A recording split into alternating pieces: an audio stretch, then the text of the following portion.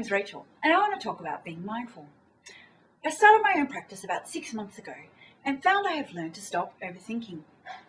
In the last few years, mindfulness has gained in popularity.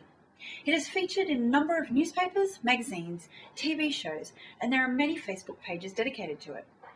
You can participate in festivals, challenges, and training. It seems to have really hit mainstream. So what is mindfulness, and why do you want a piece of it? Mindfulness has been adapted for the Western world. It is derived from the Buddhist tradition, which is over 2,500 years old.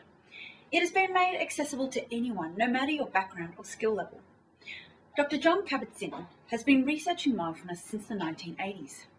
He also founded mindfulness-based stress reduction therapy, which helps relieve stress in our lives through the use of mindfulness. While there are many definitions of mindfulness, I have used one from Dr. Kabat-Zinn. Mindfulness is non-judgmental attention to experience in the present moment.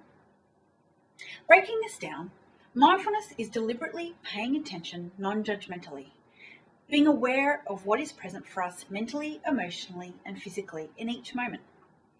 It allows us to be free of reactive, habitual patterns of thinking, feeling, and acting, and it promotes balance, choice, wisdom, and acceptance of what is. Before going forward, let's try it for a minute. You can settle in a chair, relax your body, but remaining alert. You can sit up with your shoulders down. Take a couple of deep breaths. And focus on the sensation of the air hitting your nostrils, throat, or expanding your stomach. As your breath comes in and out, continue to maintain focus on your breath. If thoughts come up, what you did today or need to do, just acknowledge that they are there and gently bring your attention back to your breathing. Don't judge yourself when your attention wanders. Realizing your attention has wandered and bringing it back is what's important. And you continue to focus on your breathing. And as we come to the end of this minute, think about how you can take this forward into your day, playing sport, at the gym, or any activity.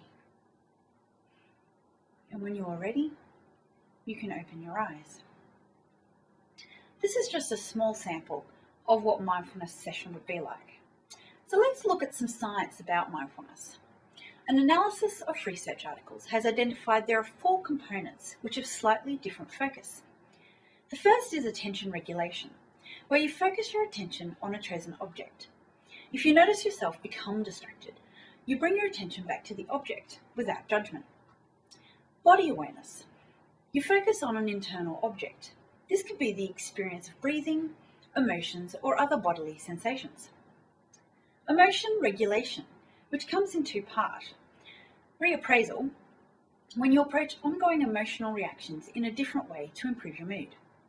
And exposure, extinction, and reconsolidation, when you allow emotions to come up in awareness. You allow them to affect you, but you don't react to this impulse, overriding previous automatic responses. And change in perspective of self, where you come to understand that your perception of who you are is something dynamic and changes continually. It is not static. Dr. Dan Siegel suggests we can use mindfulness to disengage and alter the flow of our mental experiences. With practice, you can intentionally activate a state of mind which would eventually become a new, long-lasting trait. Essentially, you can stop reactions and change the way your brain works. So how does this benefit us when we play sport or exercise? Studies have been done that link mindfulness practice to general well-being, a reduction in stress levels, the increase in the ability to cope, lessening the impact of disruptions, and mindfulness has been used to successfully treat and reduce symptoms of depression and anxiety. Something you hear about but few think they get to experience, getting into flow or the zone, when you become completely absorbed in a task and you perform at an optimal level.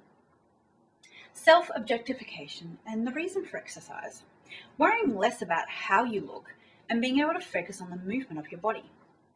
Self-efficacy, the belief in your ability to influence events in your life and control how these events are experienced. So what does this all mean? If you think back to a time when you were exercising or competing, you may want to experience some of these benefits. Imagine being able to get into the zone when you need to for competition or for an optimal workout to reach the next level.